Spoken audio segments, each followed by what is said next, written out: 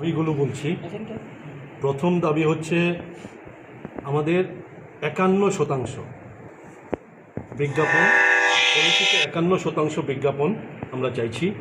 এটা দীর্ঘদিন ধরে আমরা এই ডিমান্ড করছি।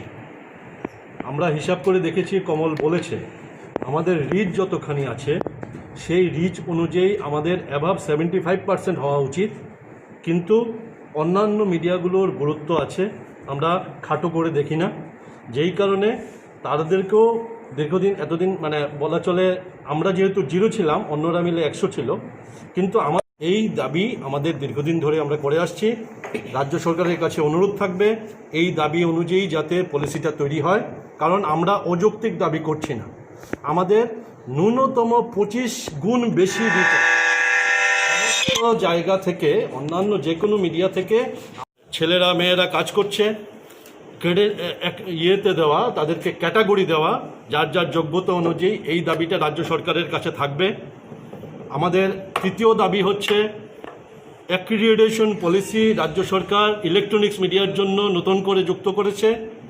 এই অ্যাক্রিডিটেশনের সংখ্যা, চ্যানেল পিছু অ্যাক্রিডিটেশন সাংবাদিকদের সংখ্যা যাতে বাড়ানো হয়, এই দাবি আমাদের থাকবে।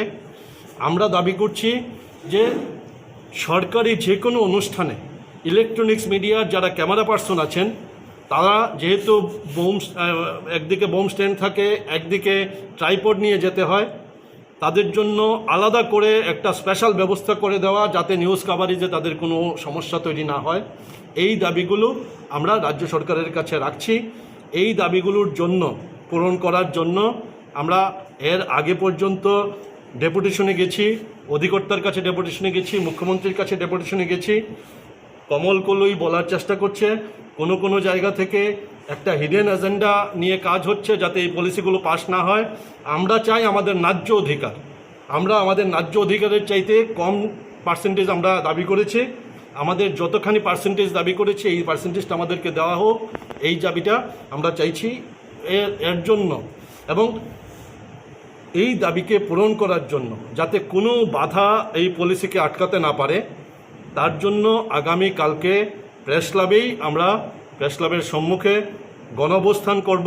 ইলেকট্রনিক্স মিডিয়ার সাংবাদিকরা সহ, এডিটর, সাংবাদিক সকলে মিলে আমরা গণঅবস্থান করব। এই গণঅবস্থানে উপস্থিত থাকার জন্য আমরা প্রত্যেকটা ইলেকট্রনিক্স মিডিয়ার সাথে যুক্ত কর্মীরা যারা আছেন তাদের সকলকে আমরা আবেদন জানাচ্ছি। এটা আমাদের রুটি রুজির লড়াই।